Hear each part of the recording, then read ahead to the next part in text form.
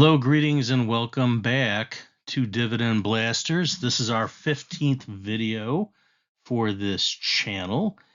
I am going to talk again about something a little bit different, but very directly related to dividend growth investing. And this is a follow-up to video 14, where I did talk about some tools, free online tools, to help you get some insight into managing reduction of your personal debt while you can continue to invest in dividend growth, stocks and ETFs. This is a follow-up, as I said.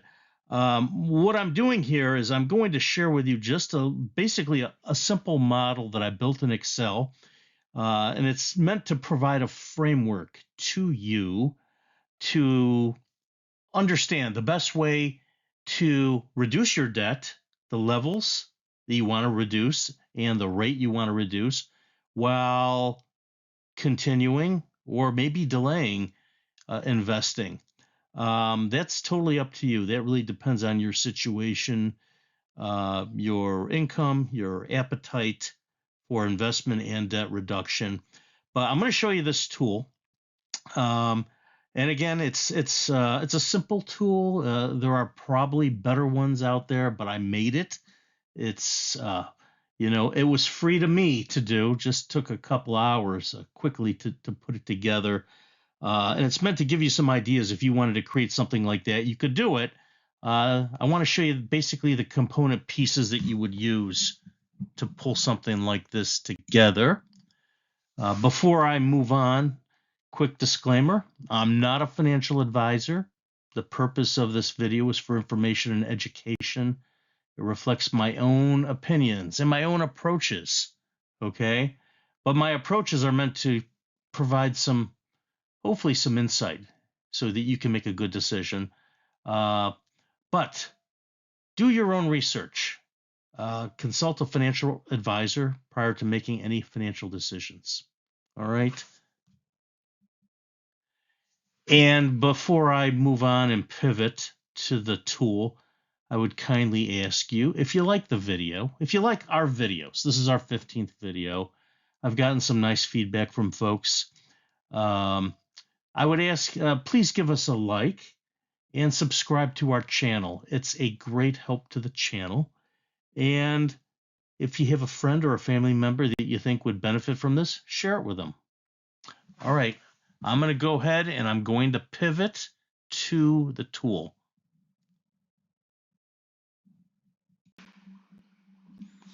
Okay, before I pivot to the tool, just wanted to refresh our memories on the tool that I did find online yesterday. I found three of them. One with bankrate.com was a nice one. There was another one. There's three of them. Go back to the video, but this is the one that really stands out here, and it's RamseySolutions.com, and we all know Dave Ramsey. He's a financial management expert, and he's a very well-known expert and commentator on financial management issues. Very well regarded, very wise man. So anyway, I found this tool. I think it is really cool, and this is really what got me started. When I found this, I was just doing some research. I thought, oh, I like this. This will basically tell you maybe how long it would take to pay off a certain debt load. So I'm just going to go quickly through it. Credit card, we talked about 23% or so. Balance, $100,000. Okay. And we're going to presume a minimum payment of $2,000 a month. And we're going to leave extra monthly payment blank. And we're looking at 14 years, 2 months. So out to 2037. So, okay. Anyway, just keep this in mind because this is something that you will need to come back to after I show you my tool.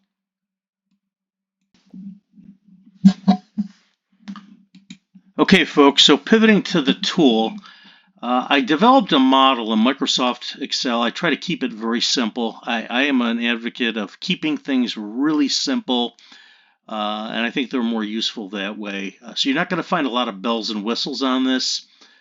you will probably find stuff online that you can buy. But that's not what this is.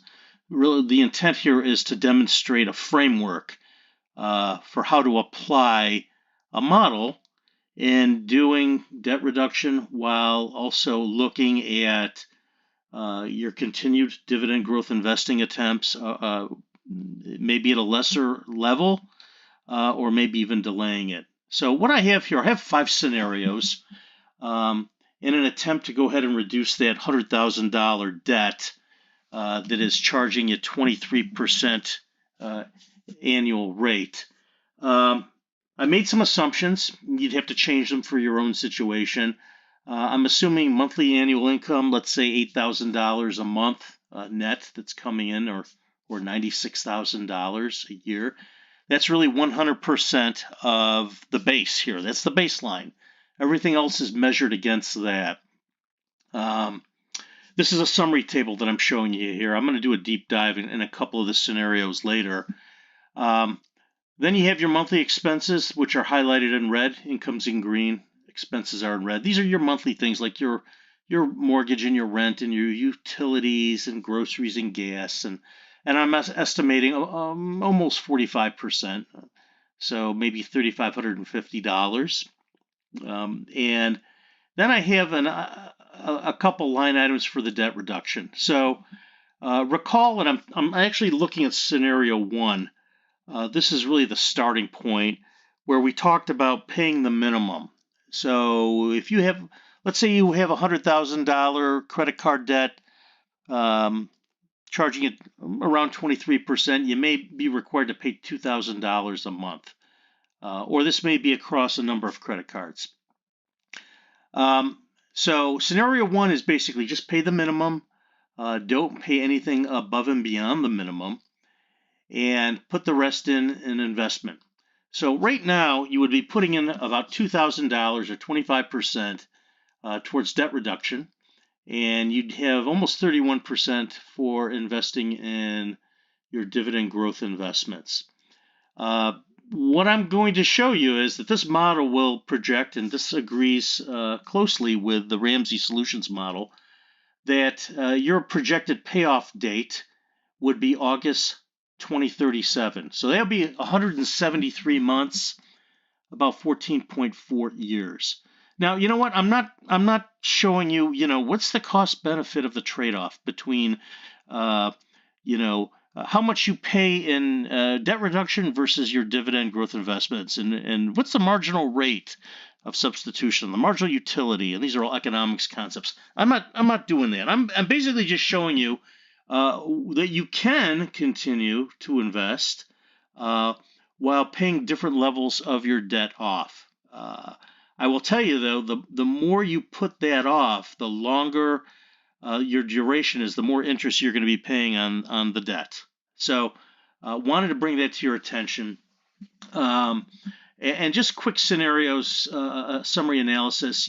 What you can see here is that as we gradually increase the debt reduction by adding an optional amount above the premium, we do reduce how much we would invest in our stocks and ETFs. And however, so we reduce it by $250. We would actually cut the duration down by almost 6 years. So going from $2,000 a month to $2,250 a month reduces the duration from 14.4 years to 8.5 years. And one thing that is really interesting, go back to the Ramsey Solutions tool online, and you can see the difference in interest calculated in that tool and in the other tools. The bankrate.com tool actually shows you that very nicely. So anyway, that's just something to keep in mind. You can see how much interest you are actually paying by carrying this debt load. If you increase your payoff from $250 to $450, so you're paying $2,450, you will actually pay off in December 2029. So you're going from 14.4 years to 6.8 years. Taking a little further, if you increase it to $750, and I realize that this is getting into some bigger numbers, and this is not easy for everybody. But if you are paying $2,750 instead of the minimum $2,000, you will pay this off by July of 2028, 5.3 years. And if you actually pay off an additional 1,000, and you're doing this every single month, so you're paying off 3,000 instead of 2. You of course are reducing your investment from the 2,450 that we started to the 1,450. You'll pay this off in a little over 4 years, 4.5 years. So September 2027. This tab here is a summary. So this really is meant to show you a comparative analysis and to drive the point home that the longer you carry interest or debt, the more interest you will pay. And again, go back and check those online tools. But also that you can actually still invest. You can continue to invest. Now, you know what? I could run another scenario. I didn't, where I am devoting everything above and beyond monthly expenses to debt reduction. I didn't do that. You can do that just to see how quick you could pay this thing off. That might be interesting. Maybe I'll show that later in another scenario. But let's go ahead and pivot to scenario 1, where we're just paying the minimum. And this is a little bit more detail. Here we have our income line items. Again, it's $8,000 a month, and it's 100%. We have our monthly expenses here. So as I mentioned, mortgage and rent, I'm presuming $1,500. You would have to change this to your situation. Utilities $350, groceries $250, gas $200, other essentials, things that pop up, $250. Hopefully no costly car repairs. But also we have an item in here for cash. Just to stack some cash away, just to have it, is always a good and prudent move. Going to the debt service plan, we have the minimum $2,000, 0 in for the optional. So this is 25%, and this here I wanted to mention, maybe I didn't, is about 44%. Of your total budget, your expenses. Here's the debt parameters: 100,000, 23.11%. Okay. What I did was I calculated the beginning balance of the debt starting next month in April, and I have the interest rate, and I'm taking the annual interest rate, and I'm basically carving it out into monthly pieces. So you would be paying about $1,925 a month in interest. Then you are paying off $2,000. So you are actually reducing your debt by about $75. That's what $2,000 gets you. And as you can see, you go through this, it'll take you, it'll take you almost a year to knock down about $1,000, just paying the minimum. And here we go. I'm looking at the balance. I'm looking at the balance. I'm looking at the balance. Let's keep going, because we know it goes to 37. It doesn't start to go below 0, which is considered, debt-free until August of 2037.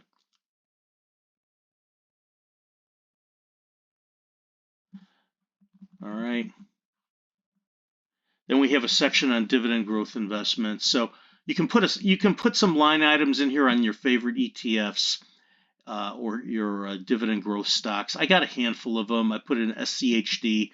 I put it in the price down here as of last Friday. You can automate this. I did not, but you can. It's very easy to do in Excel. And I am putting in a budget of 2 shares for each of these. So 2 shares for SCHD, 2 shares for JEPI, 2.1 shares for Microsoft. For some of these, I flexed up a little if I had a little extra budget to allocate to this. 2.1% to AbbVie. I'm sorry, 2.1 shares to AbbVie. So we're flexing up here to fractional. 2 to Visa, 2 to Chevron, and I have 1 in here for Broadcom. And it is one pricey stock. So I have up here what the percentages are, and these are the dollar amounts. So for 2 shares of SCHD, it's $143.92. We're carrying this all the way through, okay? All the way through. So while we're paying down the debt, we're also continuing to invest in our holdings. You know, guess what? You may invest in a dividend growth stock that's also a growth stock, like a Microsoft or an Apple. I don't have Apple down here, but I could. Which may be a moonshot. And all of a sudden, hey, you know what? I can just pay off my debt. But that's kind of a risky move. This is more of a measured move, if you will. And this is really the most conservative approach to debt payment, and it's giving you the most flexibility for continued growth investing.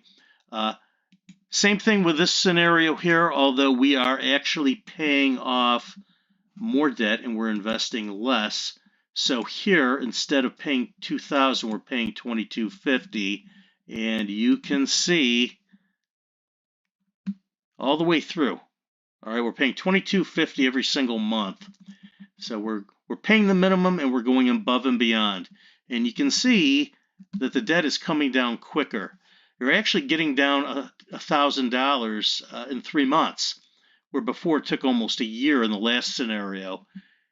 And instead of August 2037, we're actually going to pay this off in September of 2031. So you see what's happening here. You can see how this is working. What we have to do is we have to flex down some of our buys in order to meet that increased commitment to debt reduction. So we have 2 here for SCHD, 2 for JEPI, 2.1 for Microsoft, 2.1 for AbbVie, 2 for Visa, 2 for Chevron. I'm cutting Broadcom down to about 0.6. So this is where fractional buying would come in handy. Scenario 3, same thing, only here we're increasing the debt reduction to now $2,450. And what's important to look at here is the balance. So you are actually getting down more than $1,000 in 2 months, and you will actually have it paid off by December 2029. And again, we're flexing down, okay? We're flexing down Visa a little bit to 1.98 fractional shares, about 1.5 for Chevron and 0.4 for Broadcom. Now, you know what? These will change as the prices change, as they do every day and every second. You will have to change your allocation. But so that's something that you just need to stay on top of. Let's go to the next one. Okay, here we are actually increasing our debt reduction to $2,750. All right, so look, we are actually getting down early in the second month below $1,000 reduction. So remember, it took almost a year to get down to 1,000 with just the minimum. We did it in like a month here. And we will have this paid off in July of 2028, so a little more than 5 years. 5 years to me sounds a lot better than 14 years. And of course, we have to continue to flex down a little bit. And look, Broadcom would come down. Now, you know what? You can reallocate anything you want. This is just what I did on my model to make us stay on budget. But one thing is certain, you will have to flex down in your buys as you increase your debt service. So look, Broadcom comes down to 1/4 of a share. Chevron 1.25, Visa 1.5, AbbVie 1.85. Microsoft could stay at 2. I left the ETFs whole. Anyway, and then let's go to 5. 5 is probably the most aggressive at debt reduction. It is. Here we're paying an extra $1,000 a month. So and think of it like this: you're really transferring or you're reallocating $1,000 from what you're investing to debt reduction, but you're still able here in this model to continue to invest. So instead of investing $2,500 a month in your dividend growth investments, you're investing about $14.50 right here. So you are now paying down. That $1,000 is now up here. You're paying it down to debt servicing. So let's take a look at the balance. You are below $1,000 in that first month, if you can do that. Okay, and then let's just see where we go. This is much quicker. Here in September 2027, you will have it paid off. So in about 4.5 years, a little less than 4.5 years, it'll be all paid off. And then you would be debt-free. So I'm not making a recommendation to you because this is a personal decision, but really what I'm doing is I'm showing you that you have options. And options have consequences. You just need to make the right choice for you. So folks, that's all I have. I hope you found this useful and somewhat educational. Again, I'd kindly ask if you did, please like the video and subscribe to our channel, and feel free to share this video with a friend or a family member who you might find this useful. Thanks very much. Take care and God bless.